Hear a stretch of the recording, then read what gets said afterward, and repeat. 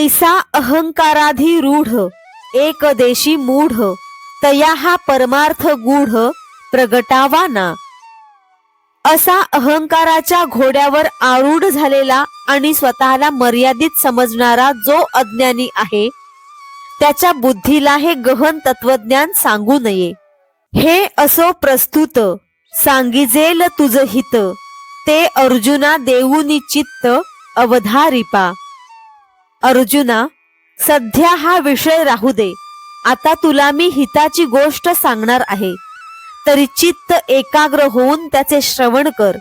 तत्ववित्तु महाबाहो गुणकर्म विभागयोः, गुणागुणेषु वर्तन्त इति मत्वा न सज्जते.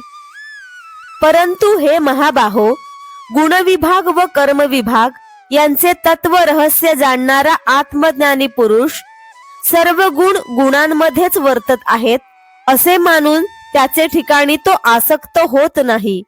जे तत्वज्ञानियांच्या ठाई तो प्रकृती भावो नाही, जेथ कर्मजात पाही निपजत असे.